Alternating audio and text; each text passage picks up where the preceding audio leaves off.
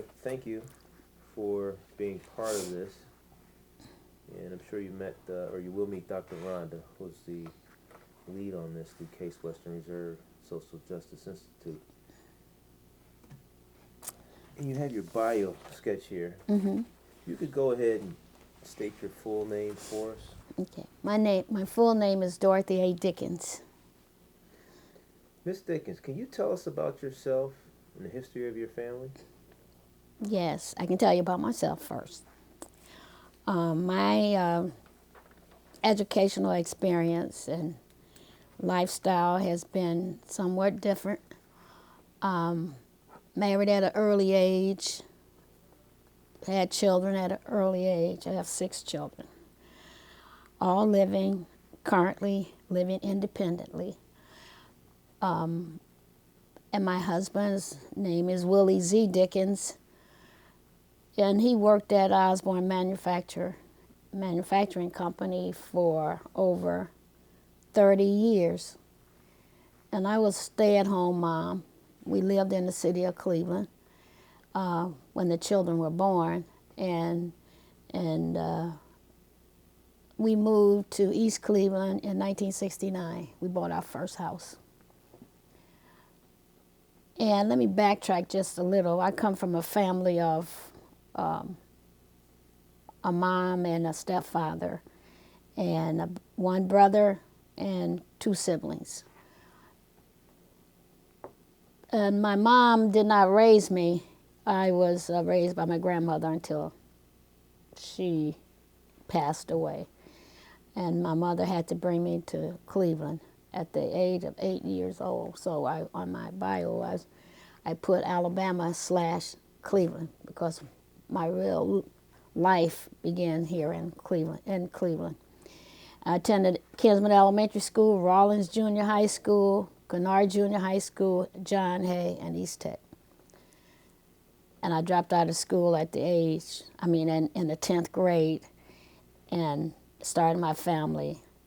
So consequently, after the children were old enough, I had to return to school and help my husband by taking on a full-time job. So that's how we were able to buy our first house in East Cleveland. The house was on Strathmore Avenue. We went through the Federal Housing Authority to see what houses they had listed, and we looked at several, but we ended up in East Cleveland because we liked the house. The street was very nice at the time, and in 1969, East Cleveland had a reputation of having a notable school system, and I thought that would be a good thing for my children to be enrolled in East Cleveland school system.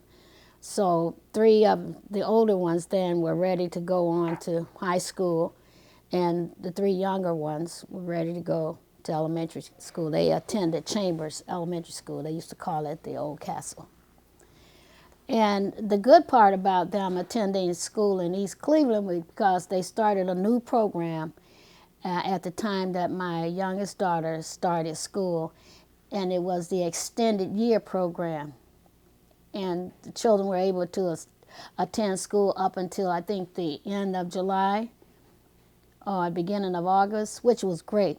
They part of the curriculum included going to the Cleveland Art Museum for lessons and taking several trips, and in the summertime swimming. So it was great.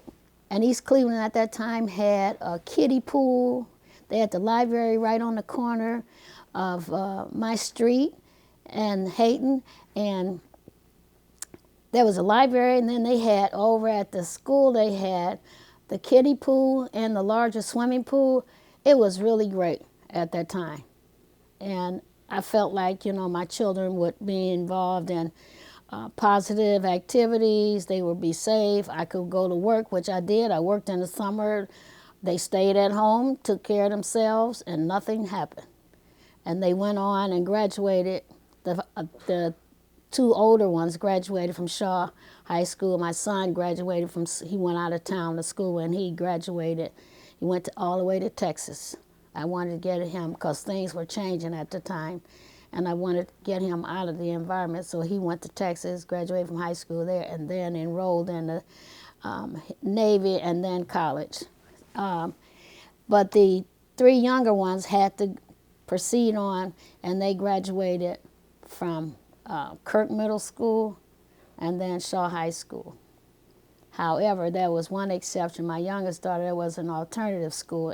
During that time, there were alternative schools where if you wanted to place your child into a neglected program, you could do so. And there was an opportunity in the city of East Cleveland, right down at St. John's Lutheran Church. The pastor, Reverend Brostrom, started an alternative school, and my youngest daughter attended that school and graduated from the 8th grade. I went on to 1 year at Kirk Middle School, and then the remainder of her schooling was at Shaw High School. So I thought I was fortunate at the time that they came through the system at the time, because steadily things began to change. I could see housing deterioration. In 1973, we bought our first house in Cleveland Heights, but it was still within the East Cleveland school system. And I was a working mom, going to school. My husband was working, and he went to Bible college, and I attended Cleveland State and went on to Case, Western Reserve, all while working. I'm a professional social worker, actually a clinical social worker.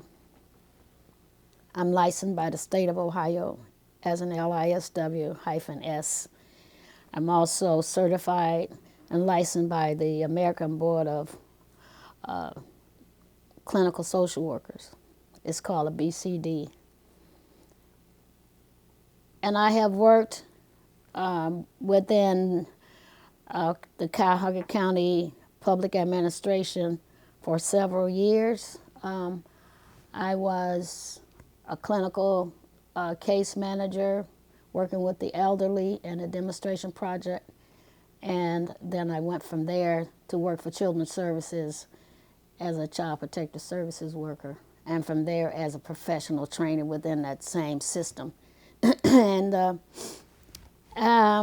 in 1992, I believe it was, I resigned from the county and started working for Catholic Social Services. It was Catholic Social Services at the time, as a child and family therapist. And I worked there until 1997. I took on a position at Metro Health Medical Center as a medical social worker, and remained within that system until I retired from Metro in January of 2010. I was out of work for 1 month, and I came to work at Davis Challenge as a volunteer, working with the GED program and the after-school program for students enrolled in the East Cleveland elementary and middle school. There have been a few high school students, but primarily middle and elementary school students.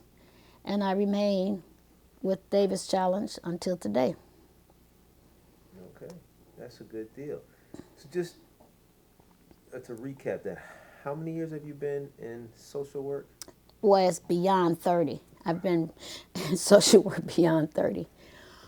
If I could ask you to go back a little bit, back to Alabama. Mm-hmm. And I know you came here when you were 6. Do you remember anything about Alabama? Is there anything you could tell us? Yeah, because my sister often would ask me, how do you remember all those things? I do remember that there was separation, because there was a huge high school near where we lived. And we didn't live in an outer country area. You lived in a village, a small town. And this high school was for all white students, and none of the black students could attend that school. And we would pass by the school, and I often wondered why was that separation, not knowing. And I saw my mom, who is Caucasian and Indian. She looked white, so she mixed with us when she came to see us. But why couldn't we mix with those white students? But we couldn't. We just we just understood that because my grandmother did not participate in those activities where whites were, we were not allowed to participate either. And we attended a separate school, and we had to walk, as small as I was. We had to walk a long way to school. You probably heard of walking across the bridge, walking over the river.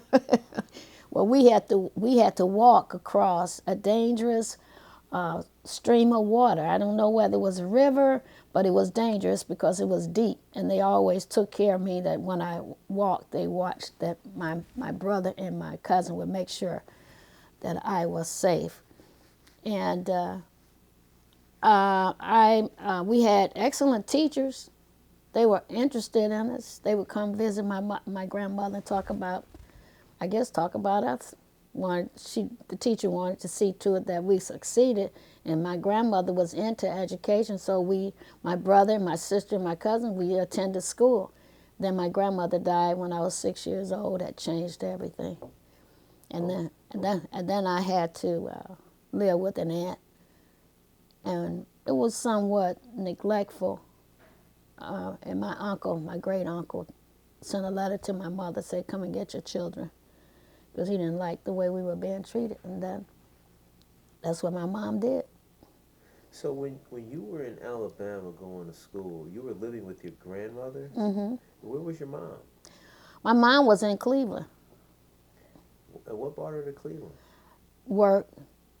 She she separated from my dad when I was maybe 3. God, I don't know exactly because it's by word of mouth that I was 3 months old. I was 2 years old, but finally I got the truth. I was somewhere between 3 and 6 months old when they separated, and she left my dad because he was abusive. Did you ever get a chance to meet your father? Oh, I loved my dad. Okay. Oh, yeah.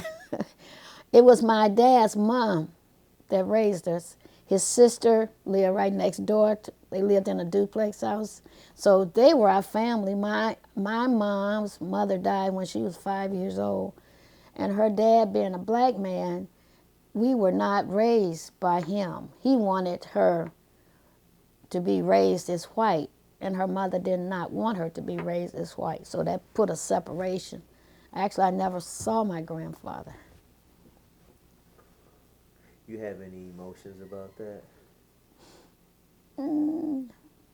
I always felt very sad for my mother because she had deep feelings about her dad and her mother because she was raised without father or mother. She lived with her mother's sister. And the mom, my grandmother, the maternal grandmother, was ill. I think she made a choice for my mother that was not in my mother's best interest, to be raised by her side of the family, because it was a environment of deprivation, maternal deprivation, and material. It was they lived in poverty, so she would have fared better had she been with her dad. But then I might not be here. I probably wouldn't be here. I'm taking it that the racial divide was pretty heavy in Alabama. Oh, yeah. For them to want you to be raised by this particular side of your family versus... You would have probably been, my dad probably would have been lynched if he had been seen with my mother. Wow, is that bad? It was that bad because they told me a story about how my mom was walking to or from the store, and the white man started making comments toward her that was not appropriate. And my dad, they didn't know my dad was associated with it. And my dad, he had a lot of nerve, and he went after the man. So I think they came looking for my dad to lynch him. They had to run for their lives. Wow, so you grew up still in that era.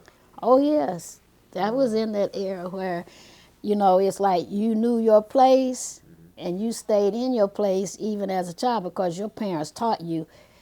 You don't go here, you don't do that, you don't talk, you don't say anything. You stay within your area, and that's where my grandmother kept us, within our area. But my dad didn't stay in his area. He, excuse me, my dad was stabbed once by a white man because he was the man who would speak up. It didn't matter whether you were white or whatever color. He was just that bold and brazen. I don't know. It was just God's mercy that he wasn't killed. But we understood. I mean, like I said, we lived in it was a village, a small town, and we didn't have any problems because my grandmother kept us within a defined area, and she stayed within a defined area. And there was no problems. As long as you stayed, and we went to school where all blacks, there was no whites. And as a matter of fact, just a side note, my dad had another daughter just a month older than I am because, as I said, my mother and father were separated.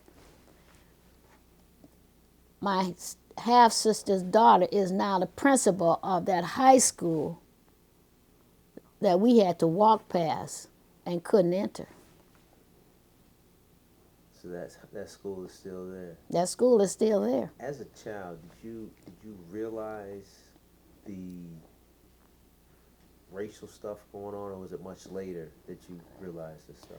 I realized it. I realized it, only I wasn't afraid.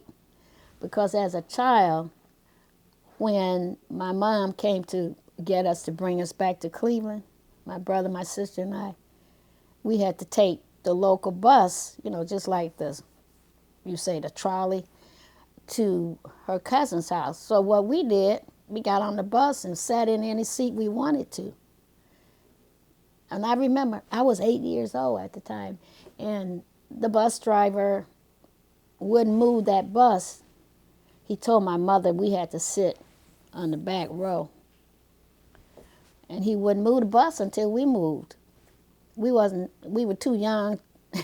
We wasn't as tired as Rosa Parks. We weren't involved with an organization, so we as children are being told to do what do what you're told to do.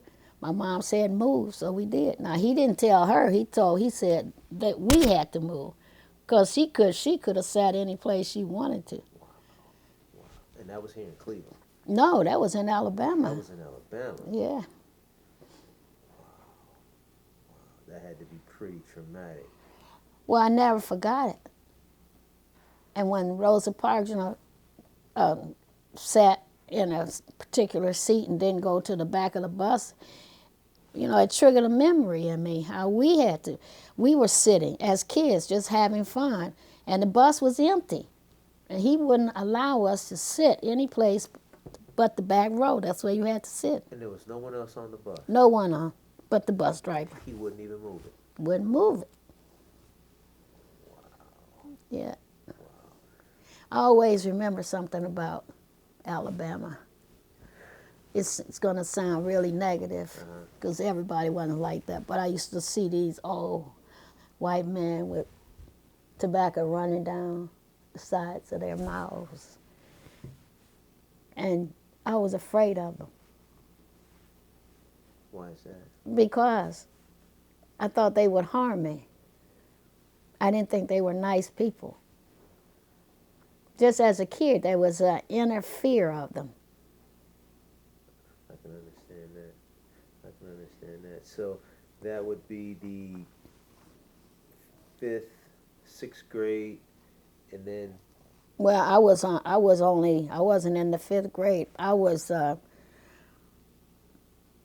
years old. Yeah, I was 6 years old. Okay, and then, so your mother came and brought you to Cleveland. Right. And when I entered Kinsman Elementary School, I was supposed to have started, excuse me, I was supposed to have started in the 3rd grade.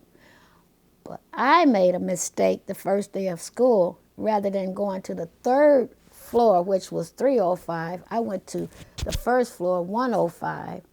It was the 1st grade. It was okay. But when the teacher found out that, when she discovered that I could read, then they put me in a 2nd grade class. The rest was history. That's the school that as we said, when you graduated, that's the school that I graduated from Kinsman Elementary School. And that Kinsman school was burned down in the 60s during the riots. It was a huge school. It was a landmark on 79th and Kinsman. See, I didn't know the riots happened across town. I thought they were just over here. Oh no, they were in Cleveland, East Cleveland. We lived in Cleveland when the Glenville riots occurred, and when the National Guards came, we were still living in Cleveland on Birchdale Avenue. Do you remember the riots that Oh. they burnt down your school? Yeah, it really hurt me because that was a landmark. I built many memories there. And there's nothing on that land. They did not replace that school, and they haven't built anything else. And when I go back, I look and I remember. I remember the tree. The tree is still standing. How we played under the tree, jump rope, and we had long lunch hours. So I remember all of that.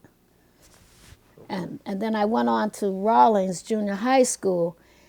There were a few, when I was at Kinsman Elementary School, race didn't appear to be an issue because in our neighborhood it was mixed. There were Polish, and there was Hungarians, and Italians, and African Americans, all living in the same Kinsman area.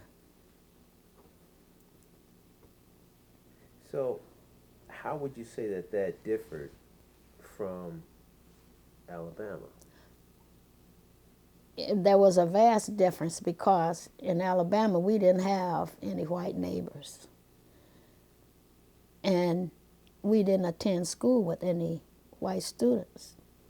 But in Cleveland, it wasn't an issue. We were in the same classroom, and as some whites would say, or they used to say, I have a black friend, that's my best friend. Well, growing up in Cleveland, my best friends were white girls who were in my classes. So despite Alabama, by the time you got here, you were able to mingle and make friends. Yeah, see, I was a child. Children don't hold grudges like that. Well, they didn't. I didn't. And I was able to make friends because my parents didn't talk hatred. My grandmother was a very quiet, well-read person, and she didn't talk hatred. She was a religious woman. And my mom, you couldn't talk race. She didn't want to hear about one person's black, one's white, whatever. So I had no problems having white friends. I really liked my little friends. Okay. So here we are in Cleveland, coming through schools. Can you tell us again what brought you to East Cleveland? Well, we decided in 1968, that was after the Huff riots, and it was really, and the kids, my oldest daughter was entering high school, East High, and the two of them had attended Luladale School, which once had been Notre Dame School for all girls. It was all girls school. It was on Superior Avenue, and they changed Cleveland Board of Education purchased that property, and it was still an all girls school, but it was no longer Catholic. And my two oldest daughters attended that school until it was time for them to go to high school. And when it was time for them to go to high school, I knew I had to get them out of the area because it was really dangerous. There was no regards for girls. The National Guards, not the national, the black nationalists were in the area, and if they saw any female, some of them with the hair straight or curl, they would attack them. And I didn't want my daughters exposed to the kind of male attention that these guys were. They were preying on the young girls. So my husband and I discussed we need to get out of the area. So we decided that we would look for a house. And in 1969, we moved to East Cleveland. Okay, okay. And what year did you get married? I got married in 1958.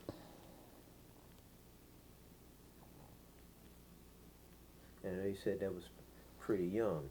Mm-hmm. Is there a particular reason you got married so young? Well,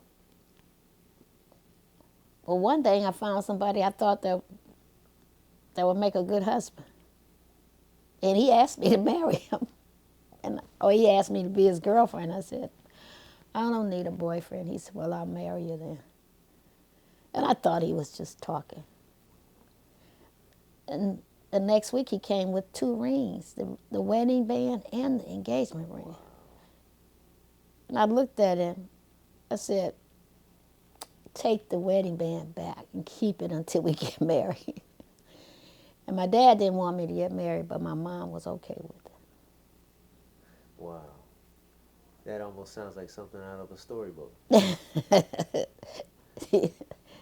My dad kidnapped my mom and married her. Oh, yeah? Yeah, I always use the word kidnap because she was only 14 and he was 19. Wow. This was in Alabama. Mm-hmm. We're going to come right back.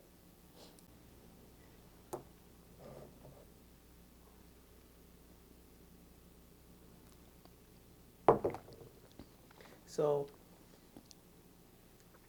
at this point, 1958, you get married. Your mother and your father in Cleveland? That's my stepdad. My mom had Stepdad. married again. My dad was in Louisville, Kentucky. Louisville, Kentucky. Mm-hmm. Okay, 69. We're in East Cleveland. Yes.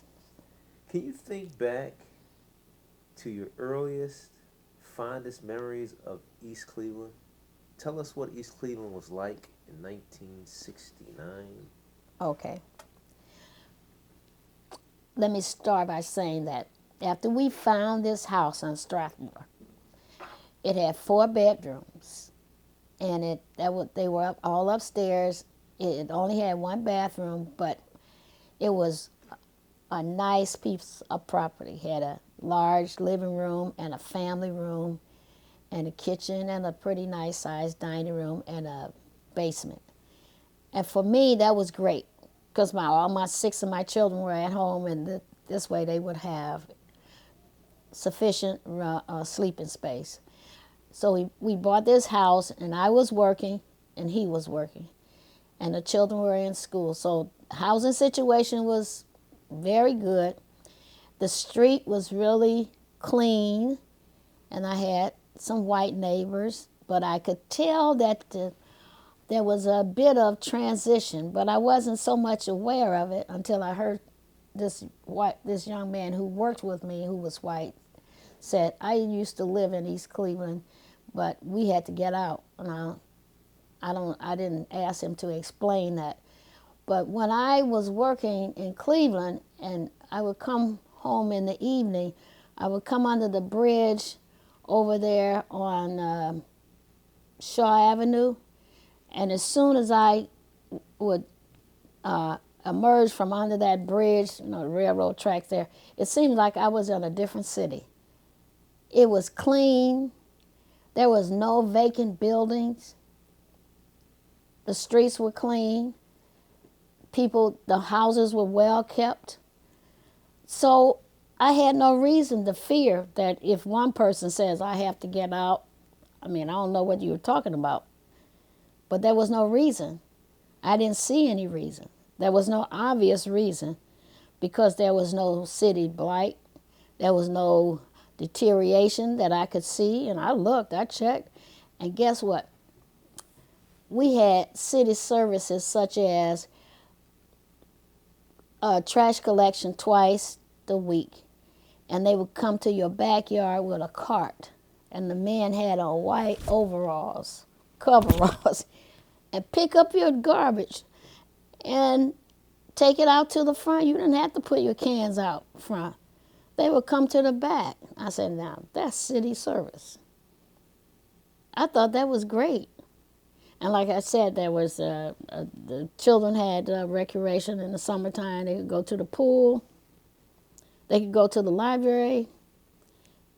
They could walk up and down the street. Nobody was going to bother them. And I always remember my son David said, right on the, I think one door past Shaw and Hayden, it was actually facing Hayden Avenue. He said, I'm going to Mary's Sweet Shop.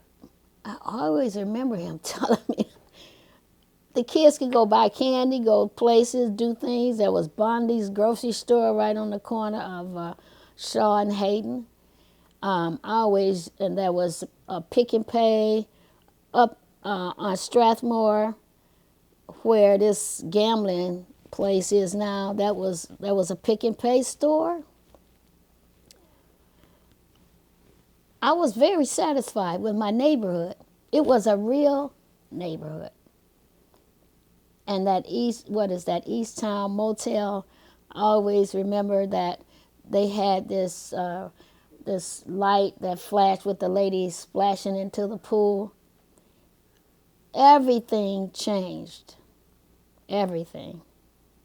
By the time I moved out of my house in 1973, we left that house. I could see changes in the community. So we moved up the hill and to Dresden Road rather. The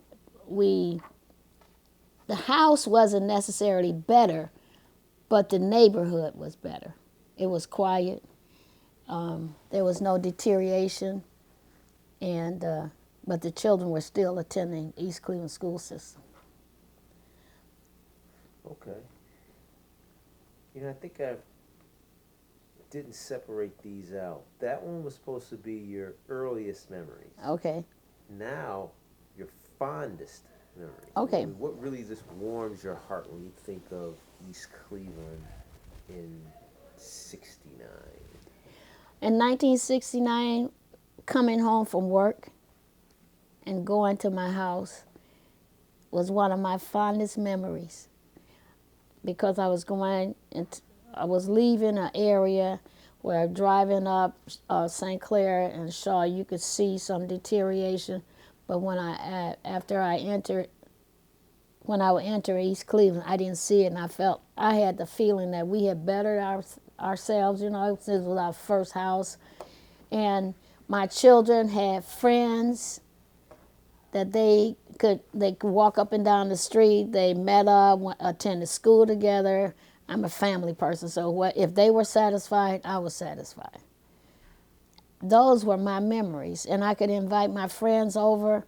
I had enough space in the house to invite people over, so we could sit down and talk and enjoy ourselves. I know you mentioned earlier about East Cleveland being a neighborhood, and you talk a lot about family. As a family, did you get out and enjoy all the things East Cleveland had to offer? Yes, we did. East Cleveland used to have, I don't know that they have it now, they used to have fireworks during the holidays. And the pond over there, the kids could go ice skating, and that's what they did. And the swimming pools, and then they started GE started a summer camp for the kids. And they were able to enjoy that summer camp, and they were able to enjoy the swimming pool. And then where is the community center now, it's the Martin Luther King Civic. It used to just be the community center, and the city of East Cleveland sponsored a summer camp. It was only $20, And every week, those kids were able to go on a field trip to the zoo, to different places, on a boat ride, $20 for the duration of the camp, called it was summer camp, duration of the camping experience. That was remarkable. Those were fond memories because I always looked for something positive and enjoyable for my children to do because they were younger then. And I found those things in East Cleveland. I didn't have to go out of the city of East Cleveland. So if all of your needs from a family perspective, a neighbor perspective, was right here in East Cleveland. Right here in East Cleveland. Okay. Okay. You didn't have really much want to actually leave the city. I didn't want to leave the city of East Cleveland. I didn't have any need to. Would you describe it as a walking city at that point? It was a walking city because you know what? Reason why I say that, because I didn't drive a car then to work. And so I could, in the morning, I had to leave before dark. I could walk to the bus stop. And there on Ardenall, there was my little old neighbor. I say little old neighbor. She was an elderly lady. She was white. She would come out every single morning, walk around the neighborhood. If she saw any paper, she would pick it up. And her husband was an artist, so she invited me into her house and showed me some of the artwork that he had done. So it was a walking neighborhood. She's a prime example that you could walk and be safe. And my children used to walk from my house to 128th Street off Eddy Road to my mother's house. The younger ones, they could walk, and it was okay. Nothing happened. Okay. Now, was that in East Cleveland? That's in Cleveland. That's Cleveland, but like borderline. Close. But they had to walk through East Cleveland from Strathmore, cross Hayden Avenue, down one of those other streets to get down to 128th Street. And they were young. I wouldn't dare tell anybody to do that today, but then they could. No problem. Mm-hmm. Okay. In what ways has the city changed over time? Well, let's just start with city services. And I realized that city service is a function of income. And so when there was a real, I think what happened, that a lot of residents of Cleveland moved out of Cleveland and they moved into East Cleveland, and they didn't have incomes. They didn't work. They were recipients of public assistance. So therefore, they couldn't pay city taxes. And there were a lot of single parents who had small children, and they couldn't, and they didn't work. And those children entered into the school system. And then you could see a deterioration within the school system. And I say that because in 1988, I think it's 1981, Dr. Edwards was the superintendent of schools at the time. East Cleveland had a nationally known special education department, excellent special education department. And my children were educated. My two oldest daughters were accepted at Kent State, and one went into the nursing program with the scholarship. They all were educated. So I know that East Cleveland school system at the time that my children were coming through during the 70s were educating our children. But by the time after Dr. Edwards left, there was a real deterioration of their academic curriculum. And the reason why I say that, because in 1980, it might have been 81, 82, I started visiting the school, Shaw High School, a lot, just to see what was going on with my children. And I would walk in unannounced, go into the classrooms, chaos. And I'm going to tell you, in the science class, this is going to sound very strange, but there's no reason for me to embellish the truth or anything. I walked into the science class, and the labs of where they're supposed to have the labs, the sink, it had dust. So I could tell they were not using the equipment. And in the science class, they were reading To Kill a Mockingbird. Now, it's okay to read To Kill a Mockingbird in the English class, but not in the science class. So I knew then they were not getting the education that they needed to be able to go on and enter college. And I made a fuss about it. And I got my children into the Upward Bound program.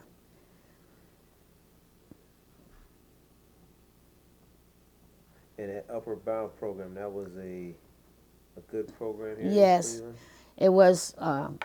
You didn't hear too much about East Cleveland students participating in the Upward Bound program, but I went to the superintendent of the school, and I used as an example what I saw in that science class. And that wasn't the only, but that was the prime example, because I could tell they were not being prepared, and I told them I wanted my children prepared to be able to meet the challenges of the day that they will be facing. And they helped me. They got them into the Upward Bound program, and they went to Upward Bound after school and on the weekends, Saturdays, and then in the summer, I think it lasts for like 6 months. In the summer, they stayed on campus, specializing in math and reading, English, and then they would come home on the weekend, go back Sunday afternoon. Okay. And they did that until they finished high school. That sounds like a program we could probably use a little more of. Well, it needs to be advertised because it's still in operation. Is it? Yes, it's still in operation now. My son that was involved in that program, he's the one who's the engineer. Okay. And Faith was also involved, and she's the one who has a master's in social administration, and she started her own little nonprofit organization. And the other one is a nurse practitioner. All through Upward Bound. Excellent, excellent. You've given us some good contributors to the decline or to the change in the city. Can you think of any other elements that help change the city of East Cleveland? Well, housing deterioration, lack of adequate tax base, because the largest population of residents within the city of East Cleveland are single parents and young children. And that's today. It continues.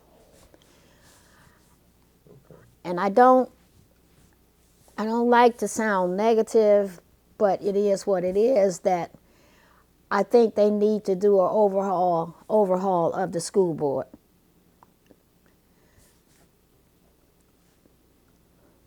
Why is that? Well, some of the members of the school board have been on the school board for years and years. And if you have served for years and years and years and you see the deterioration, and you need to step back and say, what's going on? So that's one thing. The other thing is the lack of involvement of the parents.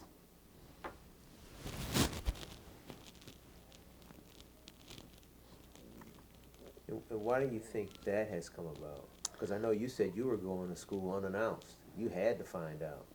Well, you know what? It's almost like you have younger parents. So many of them haven't completed their high school education. Now, I have to sidestep. That doesn't mean they're not concerned parents. But sometimes they don't know how to access services and how to address the system and say, my child is having a problem. Because now I volunteer now at one of the elementary schools. So from the perspective of a professional as well as one who goes in and volunteers just as a grandparent, the teachers make complaints, but they give those complaints to the parents, and the parents don't know what to do.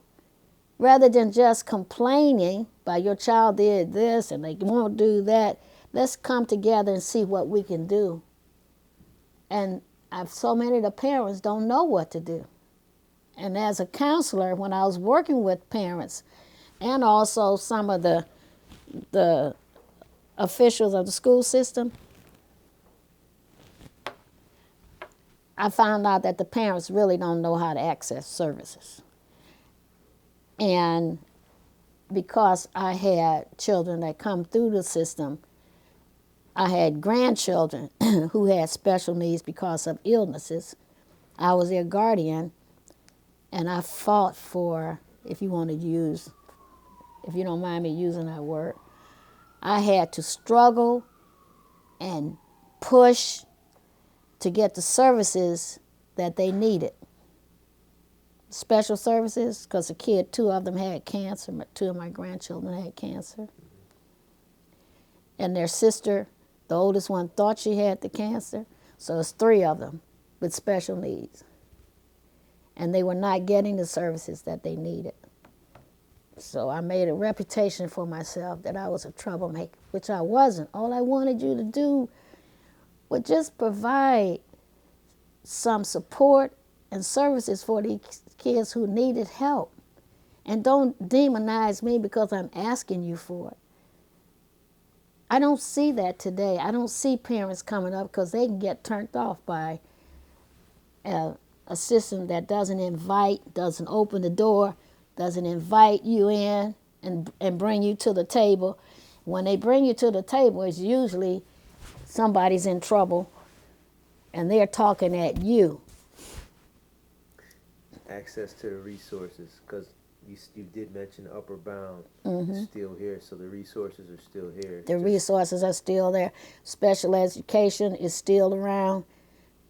It's still around. It's a federal program. The parents just have to be able to access. Right. And if their child is having a problem and it's a continuous problem, a behavior problem, all the parent needs to do is to ask or request for a multi-factored evaluation.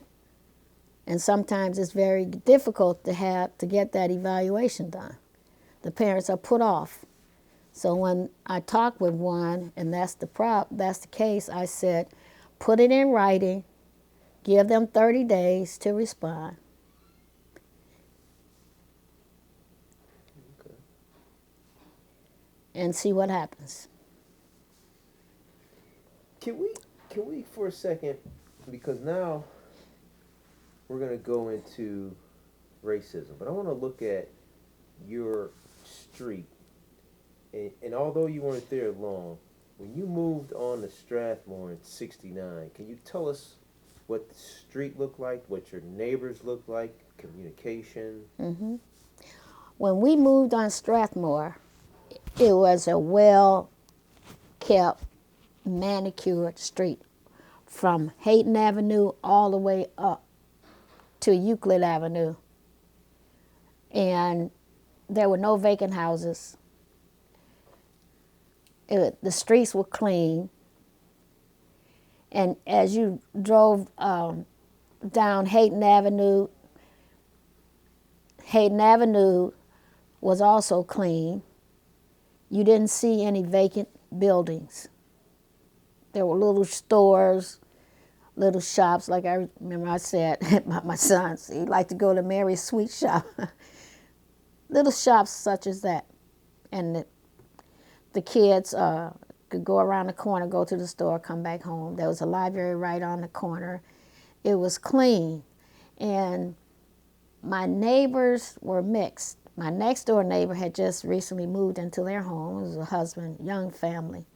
And on the other side of my house, there was a family. So people pretty much, I think they were working families. They pretty much kept to themselves. But I remember from across the street came this older gentleman who was white, welcoming me and my family to the street, to the neighborhood. And he was telling me about the school system. He said it was an excellent school system. And I thanked him. But see, I was always working myself. And some of my neighbors told me later, said, we thought that your husband was a single parent and maybe you were dead or something. I said, no, I'm very much alive. So when you moved in, it was a pretty much mixed street and mostly families. Yes. Now, 73 you left. How Right. had your street changed? Actually, my street had not really changed in 73. You know, the physical changes were not apparent. What about the residents? The residents were changing because some of my neighbors moved away, the young families, and I don't know who moved in next door. There were two houses on this side of me. I could tell there was something going on with those families, but I was too busy Too busy? to get into it. But I could tell that there was something going on with the family. You know, you could see the transition and the caliber of people that were coming around. So actually, I regretted leaving my house because it was really a very nice house. But I didn't necessarily regret leaving the street Okay. because my house that I moved in wasn't as large, but the street was better. You mentioned earlier about, I'm not sure if it was a co-worker, but it was somebody white saying that they had left the street. Right, he told me, this young man said, I used to live in East Cleveland. He said, but neighborhood changed, we had to leave. I hadn't noticed the change at the time. Uh-huh. So I just considered what he said. Okay. I didn't make anything out of it. Okay. We've been touching on this the whole while, but it's a question.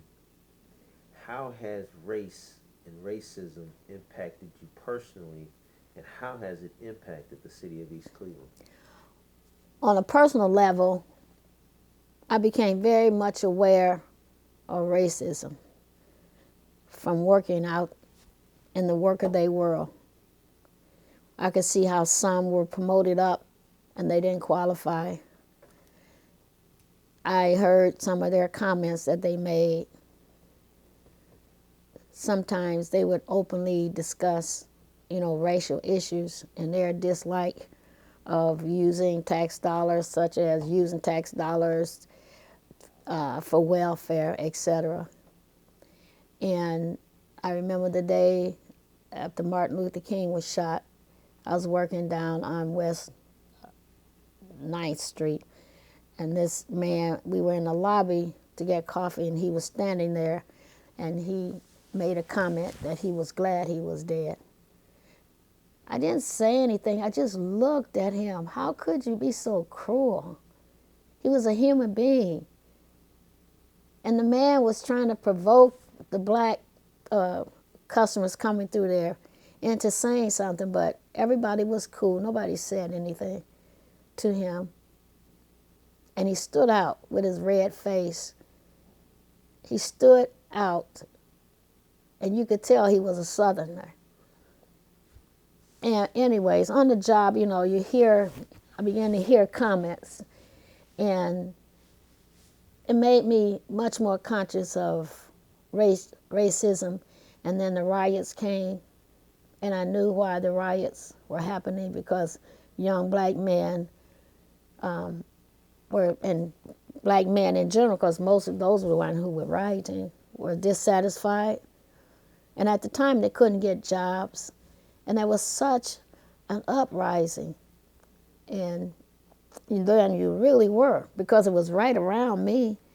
And I remember when the National Guards came in on our street, there was this elderly white lady who lived across from me. I lived in an apartment-like house building, and she lived down. I was up and she lived down, and she had a used store.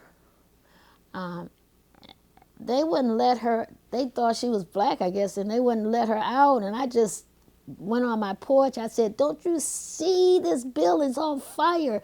Let the lady out." And he could have, those National Guards, they were really afraid. And he could have pointed it. He had his gun pointed. He could have shot me.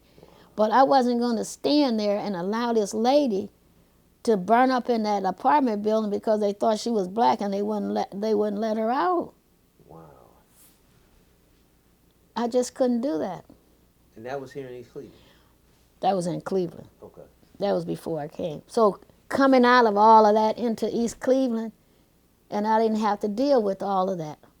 That was a real blessing for me because I had seen it and experienced it. And my son had to walk through a riot-torn area up in Glenville with the National Guards. He was only 12 years old, and we didn't know there had been a riot up there, and he was going to Harry Davis, and he had to walk through that. He could have been shot. If he'd have picked up a watch or anything, they probably would have shot him. But he got back home safely and told me about it. So we got out of that area. And in East Cleveland, we didn't have to deal with that. That still had to have an impact on you. How did that impact you emotionally towards others? Others being whites. Or, well, I had to, a lot of times I would be very angry. I would get angry, and sometimes I would say something on my job if they said the wrong thing. One day I went off and I said, "What would you rather us do? Give the money to China someplace and let them support their children? How can $700 per child hurt this country?" I said, "I'm a taxpayer, and my money's going to support these black kids or any of them that's on welfare." So from time to time, I would speak out because I couldn't take anymore.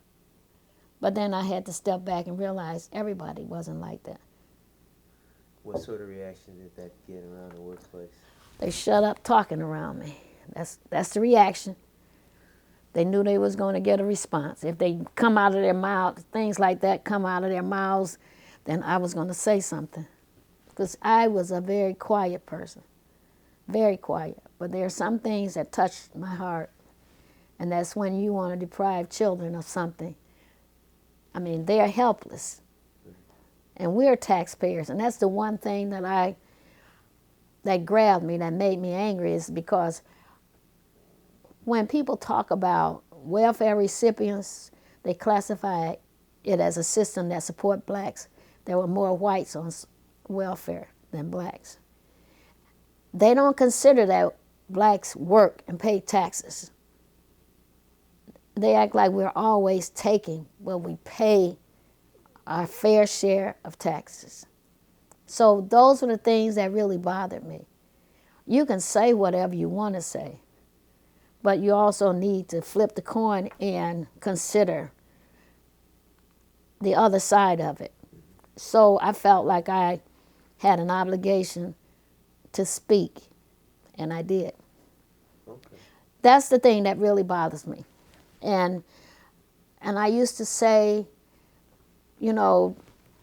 blacks are deprived, and albeit I can't say it's just because of whites. Sometimes they deprive themselves by not going to school, by not educating themselves. I said, but if we are educated, we can come to the table. Just give me my fair share, that's all. Give me the opportunity, and I'll prove to you that I can be competitive and productive. Give me an opportunity to go to school, and I'll show you that I can achieve, which I did, which I've seen others do. All we need is an opportunity, but opportunities were not always present. And like I said, I don't just blame somebody else. I look at our young men, our young women. You can obtain an education. You can persevere. You don't have to let what somebody think or say stop you. So that was what bothered me. Okay. Have you experienced any racism here in East Cleveland? Trying to think, have I experienced any racism? Because You, your family, your kids? well, yes, in the school system, I did. Is there anything you'd like to share with Well, us? I can share it with you. Because, I mean, when I start telling you a story of some of the things that have happened, it sounds unreal, but like I said, I don't have any reason to embellish the truth. When my children were at Shaw High School and the change was coming, there was a white teacher there. Her last name started with a P. I don't want to call her name. But she was extremely mean to my daughter Faith and David. I don't know why. And I had to go up and address that teacher. I didn't know her. I had never met her. And I had to go up and address her. And I found out she was a white teacher. And because she was white and I was small, I just looked like some little small, maybe she assumed uneducated, ignorant black parent. And she swooped on me, got in my face. And she acted like she wanted to intimidate me so I would hit her. I don't use profanity and I don't raise my hand. I cried, but I walked away from her. And I went to the principal, who was Mr. Gamble at the time. And I cried it out there. And I told him how mean she was to my two children. And not only to them, but to me also. And he's the one who placed them in Upward Bound. Because she wasn't going to educate them. That, I had not had that experience with any black teacher who acted like they wanted to hit me. And I'm glad that I wasn't the kind of person who would fight, because I would have been in jail. But I was more concerned about my children than anything else. Whatever became of this teacher? I think she was out the door. You might know if I call her name. I remember Selma Gamble. Okay. And then I used to work with Mr. Gamble's daughter at Metro. And then when my grandchildren were at Chambers, old Chambers, my grandson had cancer. And Mr. Marinelli was the principal at the time. And Willie didn't have any hair on his head. And Mr. Marinelli would not allow him to wear a cap. He was a little boy. He was only 9 years old. And the kids made fun of him. They bullied him. And he was a sickly kid, going through chemotherapy. And so for 15 months, so his hair wasn't going to grow. And we suggested, wear a cap. And he would not allow it. He said if he wore one, all the other kids. But at the same time, he didn't stop the bullying. So I don't think that, now Miss Marinelli is white, but I think a black principal might have, this is just a thought, he might have been more sensitive. And the East Cleveland school system was in the process of being sued by Willie's support system, the doctors, because he couldn't drink milk. He had a lactose intolerance because of his illness. The aide was trying to make him drink the milk. Nobody stopped the aide. They were making him sicker. The doctor wanted to sue East Cleveland, and then they were and Child Guidance wanted to go after East Cleveland. But I didn't want that. I just wanted the kids to be able to go to school without all of that. So I let them drop that. But they were so angry because they were so insensitive. And it just so happened that all these people were white. But the doctors were white. And I guess they realized what was going on as to why they wanted to sue the school system. They wanted to go on television. So East Cleveland doesn't know that they had a parent. That system did not know that they had a parent who was trying to work with them rather than sue them. I've had lots of experience with the white teachers in East Cleveland. And I've had some experience with the black ones, but you want to know about racism? And I think sometimes it was because of me as a parent able to go in there and say what I wanted and not back up off of it. So that's another type of discrimination, not treating me as a respectable parent and listening to what I'm saying and looking at the needs of the child. Right. Okay. That's pretty big on racism here in East Cleveland. Any other racism in East Cleveland? Well, right now there's racism because East Cleveland is not getting its fair share of tax dollars, and I don't know why that is. I don't think they get their, should I say, change the word from fair share? But tax dollars are not pouring into East Cleveland to improve the city. That leads us right into our next question. We're going to pause here again. I was going to say that the school system and the political system in East Cleveland seemingly seem to be the downfall of East Cleveland.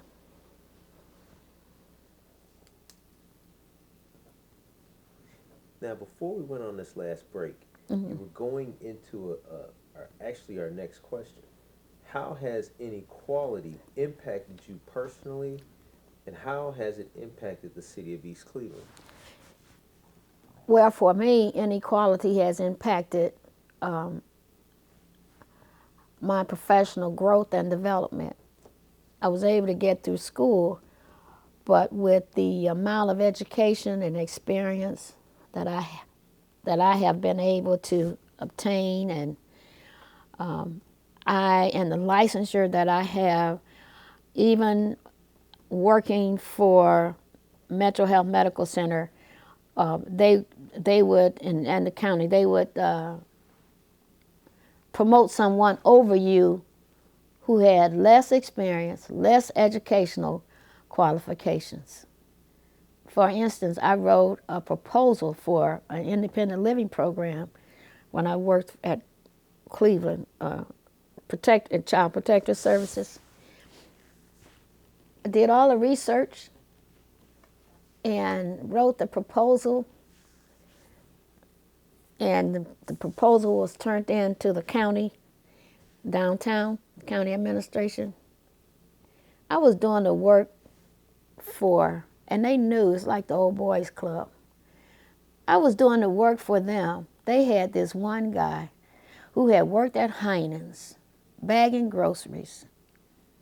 I think he had a BS degree, I'm not sure if he had a degree at all, but they made him supervisor over the program. Wow. And I wrote the proposal.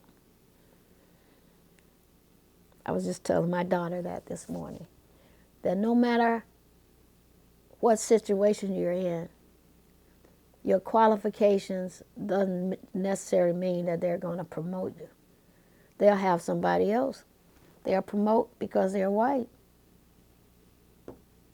That's inequality and racism. Right. How did that affect your work? It affected me this way. I knew that I didn't have a future there because, I was looking at it. I don't mind doing the work, so I'm glad I wrote the proposal, because it's my experience that if I can do something that you can use, that's a feather in my cap. I might not get the credit for it, but I was able to do it. And then I can take that same qualification on somewhere else, and that's what I did. Okay. As soon as I could, I got Have you had any other run-ins with inequality? Yes, when I went to work for Catholic Charities as a child and family therapist, I had to be interviewed.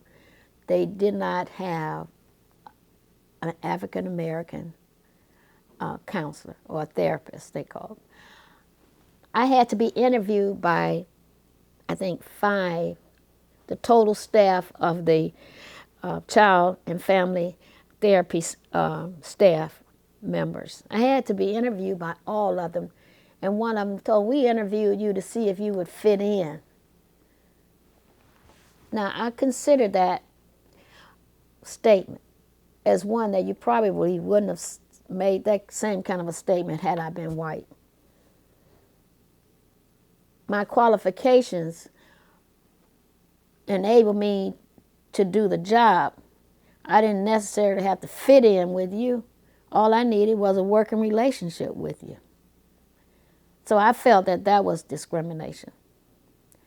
And we got through that, and when it was time that they were going to lay off some of the therapists, and they didn't lay me off. I was still the only black. They didn't lay me off, and then some of the other staff members that were being laid off were very angry and made the statement, they're not laying off blacks, they're laying off whites. Well, I didn't have to say nothing to defend myself. I let my work speak for itself. I didn't have to say anything. That's very interesting. That's almost like it's almost like a racism inequality from the perspective of the employee being let go and mad. Right, he was mad. Not speaking towards qualifications or how good you are at your job, but because of my color. And then when the agency, we all had to give qualifications for why we could provide family, child and family therapy, marital counseling, art therapy, and group therapy. And so I had all my qualifications, certification in order, and I turned my paperwork in, and so did the others. And the other members of the staff, only I think about 1 or 2, were qualified to provide all those areas of therapy. And they never said anything, because you had to go on a panel, insurance panels, so that the agency could be paid. They never said anything about my certification as to whether or not I was approved. And it was coming down to the wire, and I still hadn't heard anything. And so then I wanted to know why. And I checked back with the administrator, and she's told me that, well, yours was approved. Yours was the first one to be approved. But why didn't you tell me that? Why didn't you say anything? You let everybody think I was not approved. And they were all white. So go figure. So what happened with that? Well, they had to give me my approval papers. I could provide I could provide child and family therapy. I could provide marital counseling, group therapy, and also art therapy. The insurance companies did not know whether I was black or white. They looked at my qualification and my paperwork, and they certified me, placed me on their panels for the agency to be paid when I provided service for their patients. So was this a promotion or just? No, it wasn't really a promotion. In order to do the work as a therapist, and when this was time at there was a changeover. Government stopped paying so much, and the insurance had to pick up their costs. And this was back in the 80s. And it wasn't a promotion. It was just that my qualifications came to light. Okay. And you know, as I said, when you're working in an environment such as that, you're always viewed as less than. Nobody's patting you on the back, say you're well qualified, you're doing a good job, anything like that. It was the same way at the hospital, at Metro Hospital. I was the only therapist that the hospital had on staff that could provide specialized therapy for victims of child sexual molestation. What year did you start at Metro? 1997. And it was still that bad? Yeah, it still is that bad. Yes, it was still that bad. I thought Metro was government owned. Well, it provides tertiary care, and it's tax supported, but nobody's minding the store as to how they hire their professional staff. Because within that social work department, there were only 2 blacks. One had been there for years. She just resigned. She retired after I did, and then I came on board. So you still had problems with racism and inequality even over there. But by then, I'm well seasoned to that. So I just did my job. I guess by that time you could fit in. Yeah, I could fit in or stay out, one or the other. Okay, so how has inequality impacted East Cleveland? Well, for one thing, because the city is predominantly black, and it has a low tax base. Businesses, the major businesses, have moved out, and there are no real new businesses to start up that has started up so that they can hire. And there's no rebuilding within the city of East Cleveland. And I'm going to use for an example, the reason why I say that is just a very elementary example. If you go down, if you start at the border line of East Cleveland, as you cross from Cleveland to East Cleveland, you go all the way down to the end of East Cleveland, you will not find one Starbucks. Not one. That's true. You will not find a major or very nice restaurant that you could take your family to. There is some money in East Cleveland, but the residents must go outside of the city of East Cleveland to enjoy a nice family meal at a nice, even if it's just Applebee's or something. Now, if you go across that border back into Cleveland, there's Paneras, there's Chipotle's, there are different kinds of restaurants. There is not even one name brand supermarket, to my knowledge, in the city of East Cleveland. To me, that is discrimination, inequality and discrimination. Okay. But just that you cannot find a coffee shop near the library, people drink coffee. I think they have one McDonald's in the city of East Cleveland, and you have to take their service, which is not always the best service. Take it or leave it. And how has that impacted the city, would you say? Well, it's an undesirable area to live in.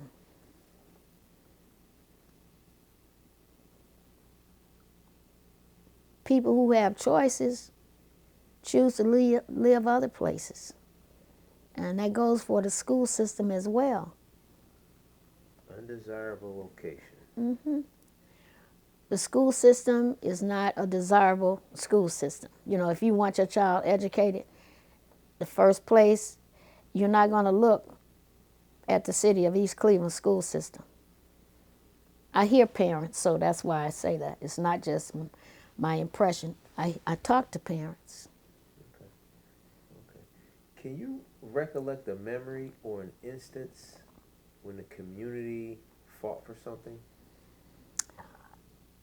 Yes, I can. It was, I don't know whether it was it might have been 5, 6 years ago. let me go back to Dr. Edwards, an excellent superintendent who fought for excellence for the city of East Cleveland School District.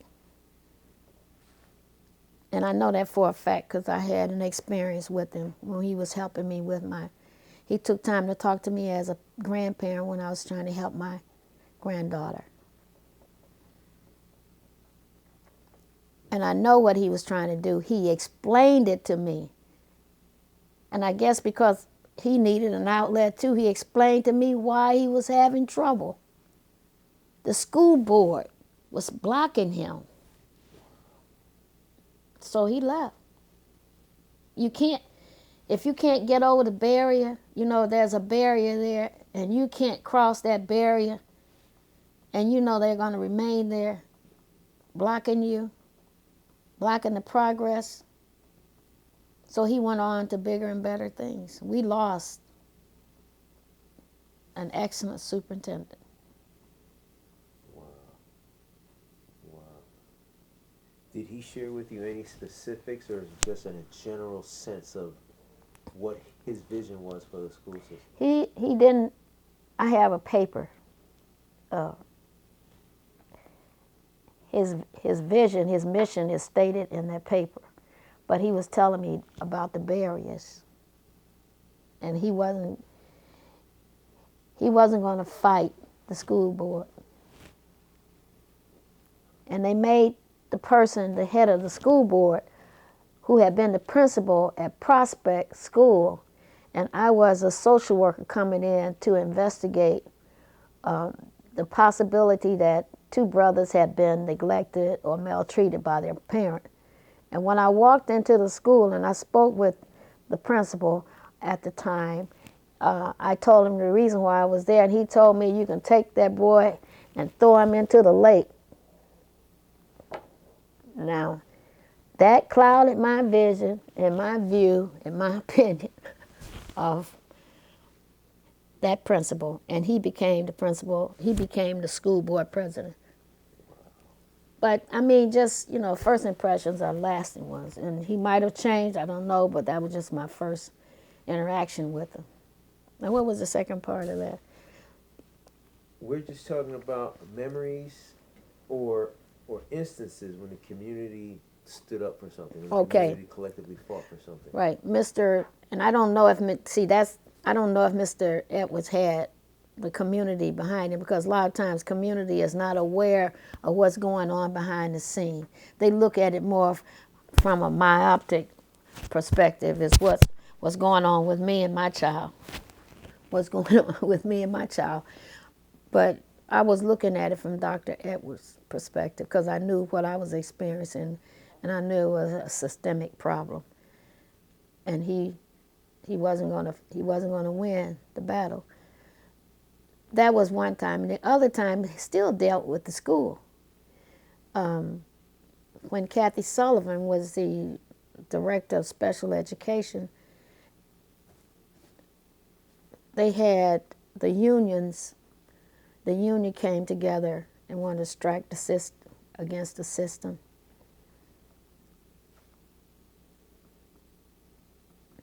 And she gathered as many parents as she could, including me,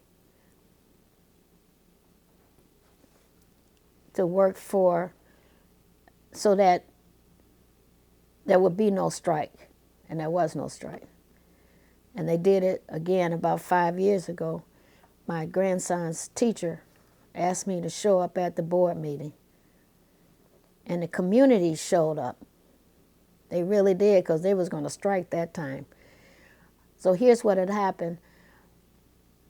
I guess the school board approved a report going out to the parents, but they wouldn't buy their textbooks and supply the papers that the students needed. They were using old textbooks. And the teachers were against that. I, as a parent, would be against that also if I knew that was a system problem. So they had the parents to show up, and the parents was over before they tore down it was, what is that, Knob Lounge? Cord. Cord Lounge. Cord Lounge. Yeah, okay. So the meeting was over there, and they had these reports going out to the parents. And you know, the students in East Cleveland did not pass their OGTs or the tests that were being given, administered. And they were in poor standing with the state. But instead of saying that, you know, they glorified the report that East Cleveland was doing really, really well, and they were not. So I was listening to all of that, and I read the report, and the thing was, the parents hadn't read the report. But I was glad that we were at that meeting. So when the parents wanted to have anything to say, they said the parents had to say where they live, how long they had been in the city of East Cleveland, and where they worked. That was going to knock a lot of them out from saying, because they wouldn't want people to know that they were on welfare. But I did speak because Archie's teacher had asked me to. And I took my time, and I said I had been in the city for over 30 years, about 40 years, and I was a professional social worker, and I also said I was a taxpayer, and I'm a concerned parent. And that report that you printed and sent out to all those parents, that they don't really understand, you could have used that money and bought textbooks and papers. I said, now come back to the table, working in good faith with the teachers, so there will be no strike. That was my saying. And I'm not just saying my saying, but after that, the parents rallied around that. Come back to the table, working in good faith with the teachers. So that's what they did. And the school board took up the charge. We'll come back in good faith to work with the teachers. That was one time I saw, and I haven't really participated in any of the other community activities for the school system. But that was one time they came together. Successfully. Right. Now, it's with the city on the political scene, I don't see anything. I don't hear anything. I just see division and division and division.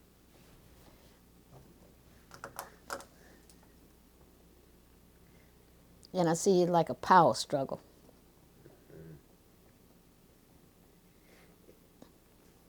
Any other fights in East Cleveland besides the division? Any other good fights with the community, rallying? Well, it's not really a fight, but there's a struggle for the residents to understand what's going on within the city of East Cleveland, because they hear these reports on television which are not truthful. And then they hear by word of mouth somebody's going around with a petition telling them something. I heard it. I saw the petition saying, you know, and the mayor is doing this and the council is doing that. And I sat in on a council meeting, and I saw I experienced the rift between the two sides. So there's a struggle to understand why the power struggle.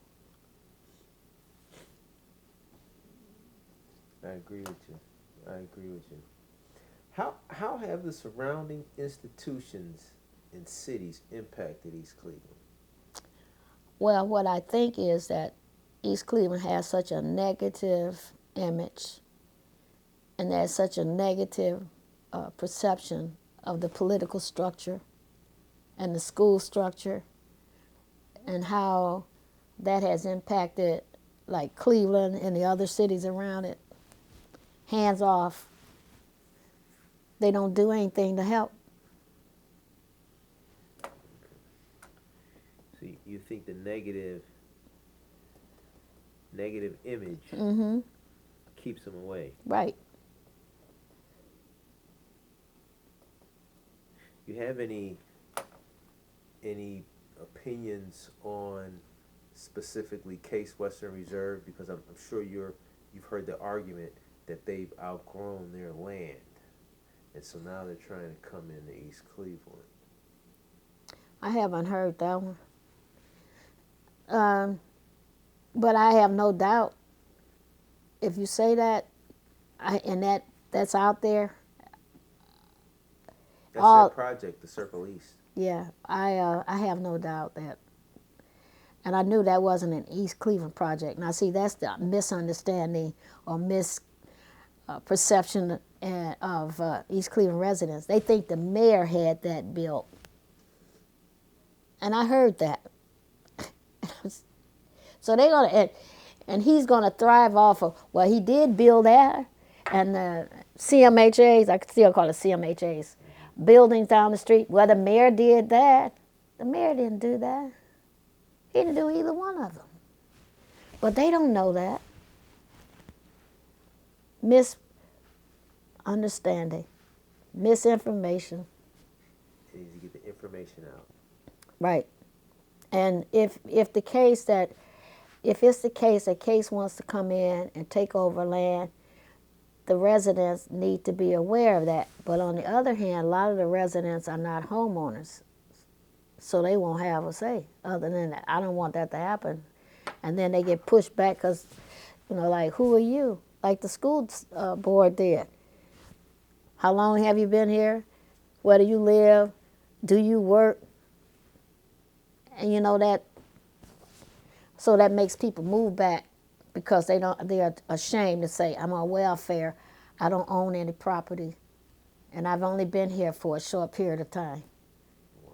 But I could stand up and say, I've been here 40 years plus. I am a professional person. I can stand toe to toe with you and give you my opinion. How about some of the other institutions? I mean, how do you said they negative image, it keeps them away. Mm-hmm.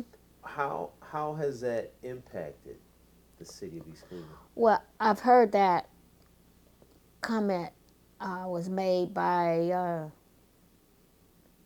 commissioners.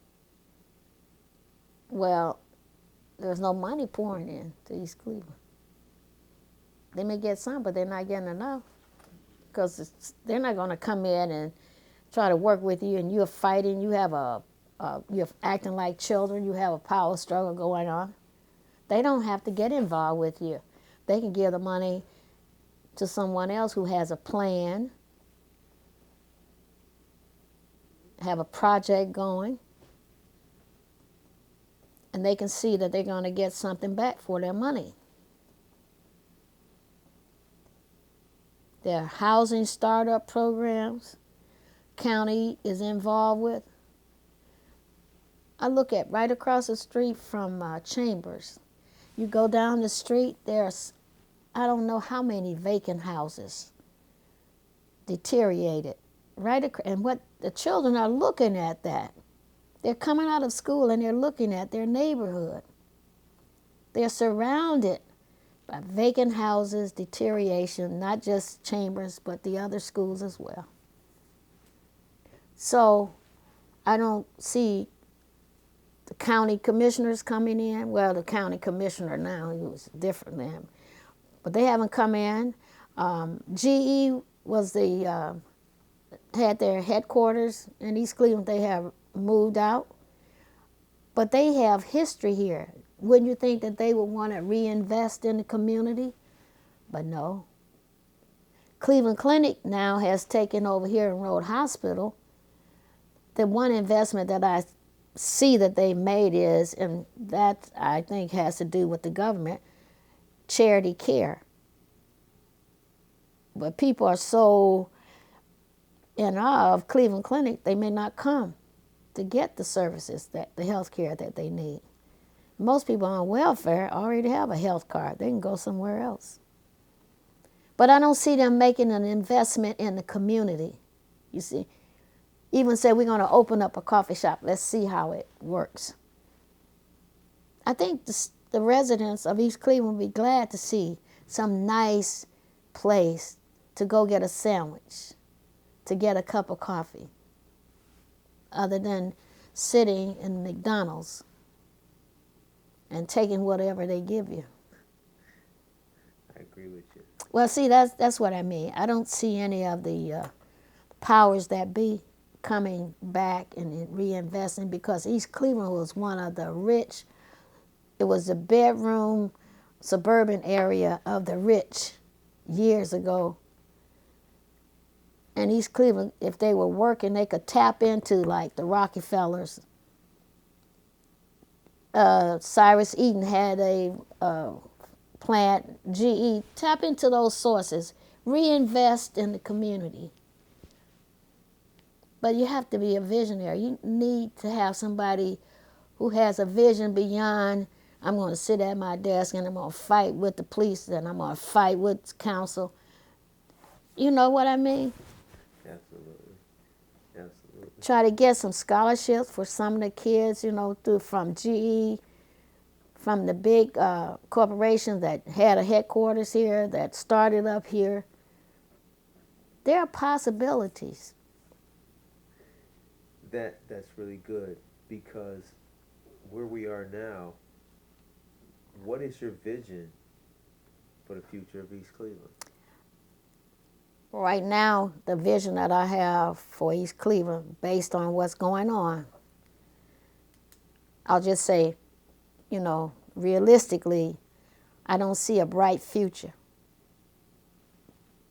That's one side of it. The other side is I'll be optimistic and say that if they change the council, they change the mayor, or the mayor changes himself and the council become more amenable to working together with the mayor, they could have, the East City of East Cleveland could grow and progress again. If the school board look at themselves and say, I've been here at 25, 30 years, it's time for me to go, get someone in there who have a different vision, somebody who knows about child development and educational needs, the school system could progress and children could do better, work more effectively with the parents.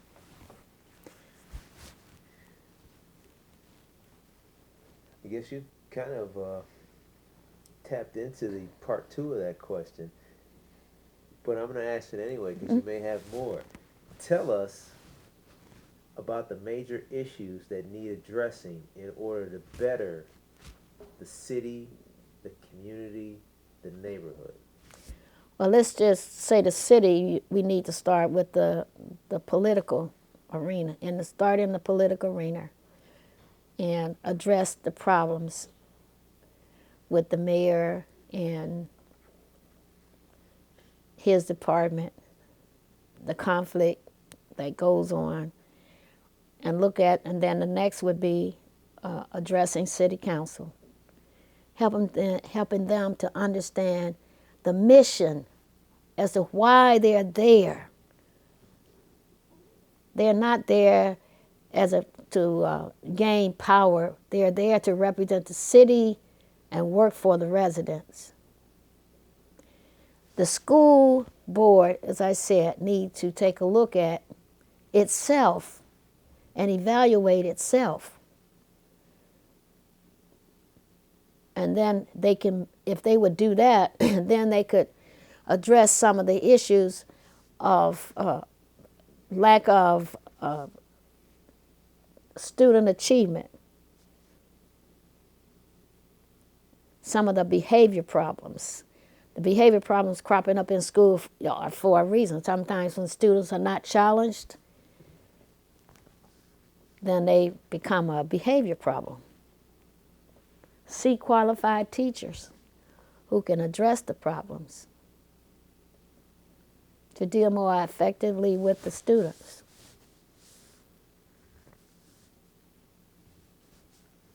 Any other issues that need addressing? And then with the parents and the residents.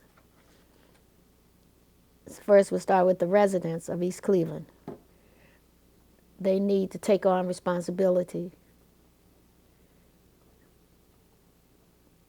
of investing in their community. They might say, I don't have any money, but if you have 2 hands, 2 feet, you can help clean up a lot.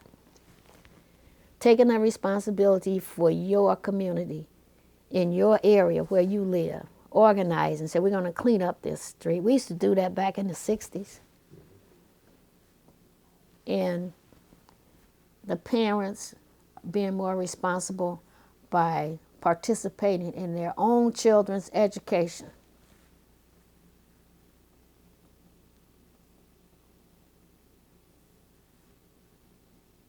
Don't wait till the teacher calls you. You call the teacher. Parents need to make sure that the children do their homework. And if they do the homework and they have homework they don't understand, take some responsibility, go up, have a session with the teacher. My child doesn't understand this work. What can we do to help him?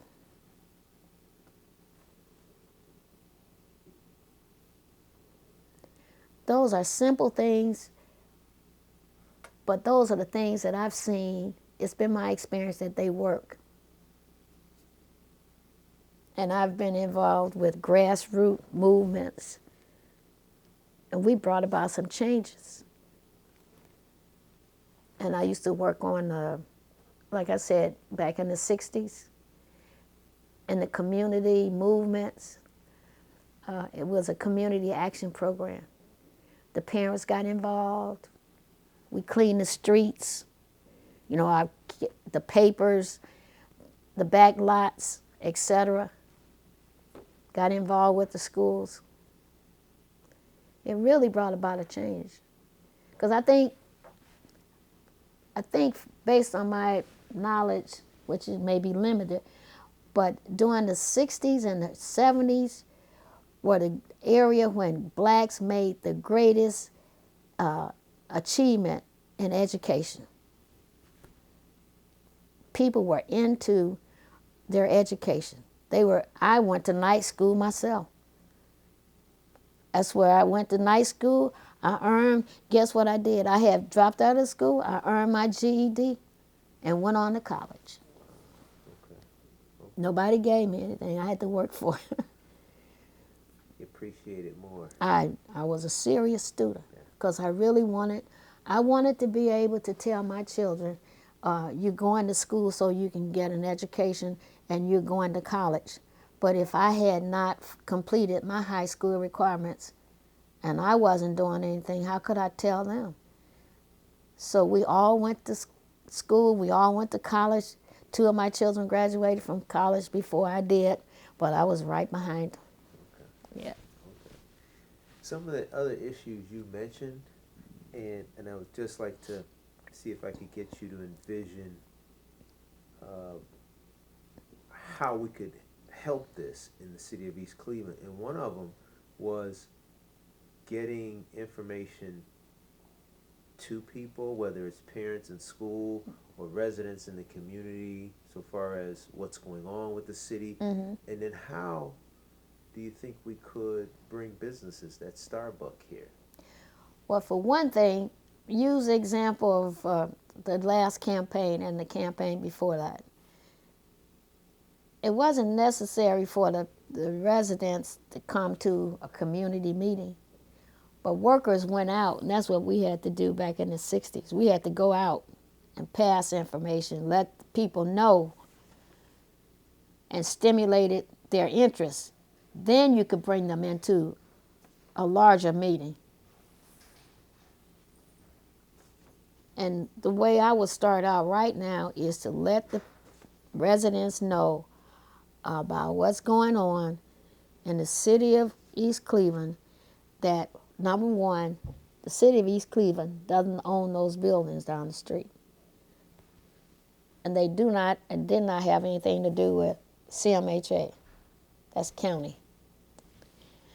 They need to know the structure, and they need to know who are the power players so that they can say, okay, I know that we need to reach beyond East Cleveland to get something accomplished. And even though we are renters, we are still residents of East Cleveland. And we have an investment, because I used to have a philosophy when I was renting and my children were small. I said, I don't care if it's not our house, It's our home, and we're going to take care of our home Absolutely. while we're in it. We're going to take care of it just like it might have been our own property, and that's what I did. I see East Cleveland the same way. Residents don't need to back up and feel that they have no invested interest in East Cleveland other than I live here. You have a vested interest in trying to make this community a better place to live, so other renters would want to come, some who have money. And then if you get enough, there's power when you get people together. They could petition Starbucks. They could do a survey. How many people would like to have a coffee shop in East Cleveland? A Starbucks coffee. What kind of coffee do you drink? Do you drink Starbucks? Do you drink Hills Brothers? Would you like to have a Starbucks? It's a survey. And if they say, yeah, you get enough people, you have documentation to show Starbucks that we have people that are interested in your business, in your product. So that's how you get businesses, like a little nice little dress shop, something. I don't mean a dollar store. I mean a nice little dress shop where people could go in and browse and look in. They buy things. They don't have to be the cheapest product that come out of China.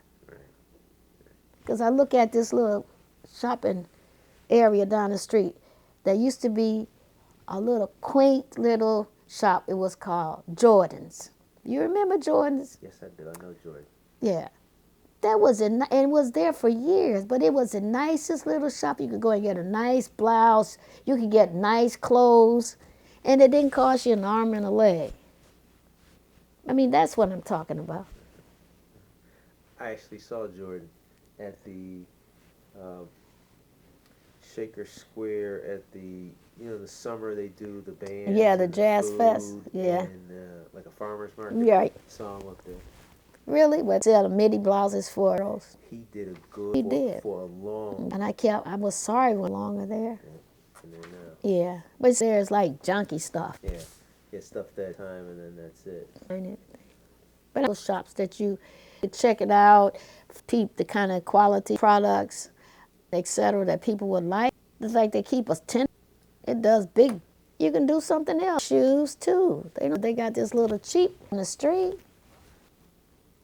We could do to get the here or the grocery store. It's due to a grid of the areas, and like I was outside of the city of shopping, going away from the city. You don't have to really just know that for a fact, but in order on paper, and their money, city of East Cleveland, money is going outside of. Is it Cleveland? I don't think so. Walgreens, field, they don't go up there. With the. Oh, down there? By. Oh, let me see. Oh, But you know what? People have to go. I forgot about that one. See, site. But areas are there drug? No. What would you to participate? Prepare to work with a committee. You need to do certain calls. You need to can't knock on doors like. Okay. I know last week when you were.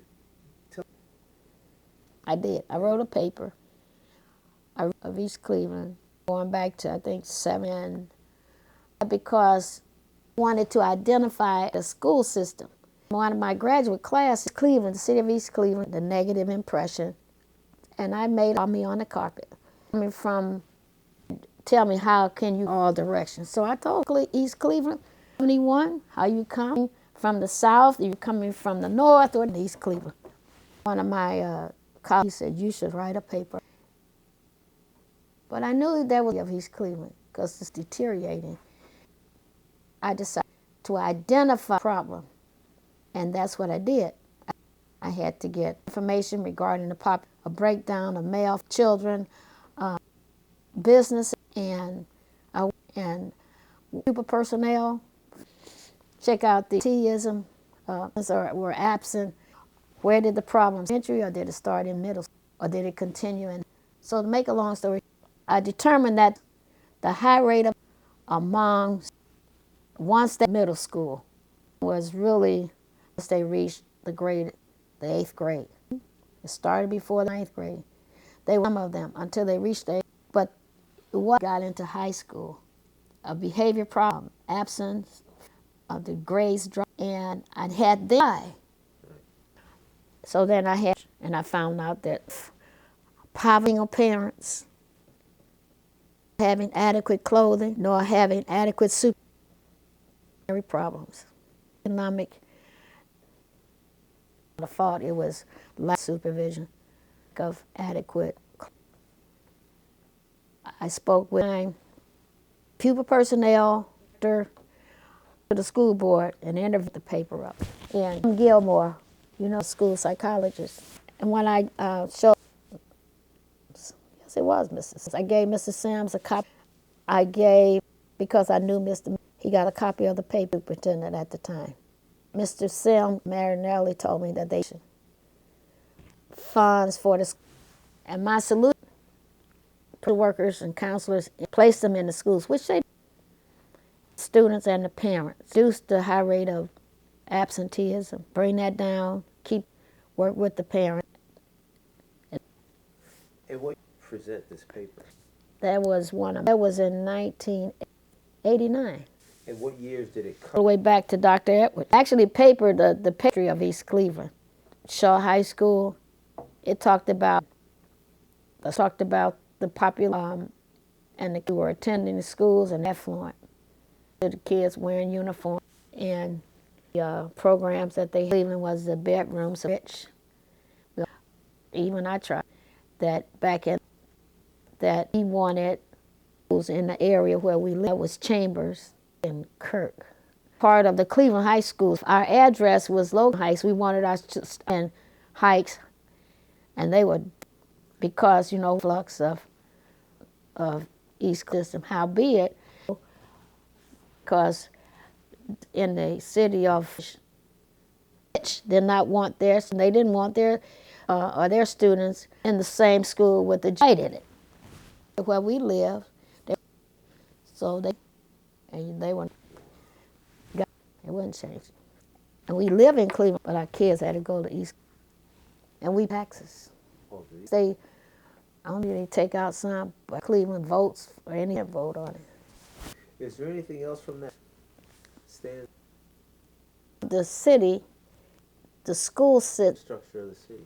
Variating, and the population single head of household income due to the recipients and young children. Okay. And the businesses were moving their employer GE Road Hospital, just the two, and they don't. Now that I wrote that paper, it was little, and that was you had a mayor. The days of the 60s, early 70s had conflict between the board, the council, and the mayor.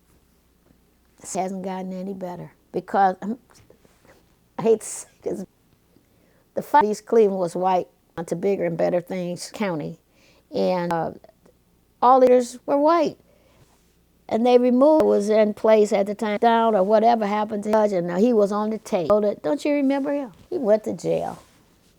Mostly. Deterioration all over the place. Or do you as to how the housing stock deteriorated? Just it.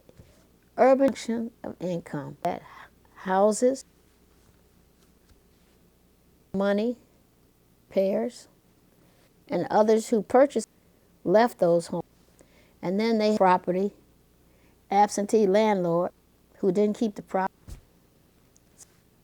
And it just worse. And here we are today say that our houses vacant. You wrote your page, you have a discount? Yes, I did. I had to, because with write anything is. What was the census of these? I'm right now. I don't look at the and see. Oh yeah. We touched on how you think we could Cleveland. Well, it will start in the political arena. that they could work together. You know, we're holding hands, betterment of East Cleveland. It's a side vendetta that we're on. We have a mission and rebuild East Cleveland to be the city to be. But it can even be better. Betterment could come to show that. Miss Dickens, we have covered our entire in the questions I had to ask. I like to, and in closing, if there's anything, parting words of like to leave. You know, being a spiritual mind, I like to say there is nothing with God, or with God, and that goes that if the people would humble themselves, they can't do, for they need to do it to humble themselves for the ring of East. Anything we've left out for your time, March 2018. Thank you, Miss Dickens.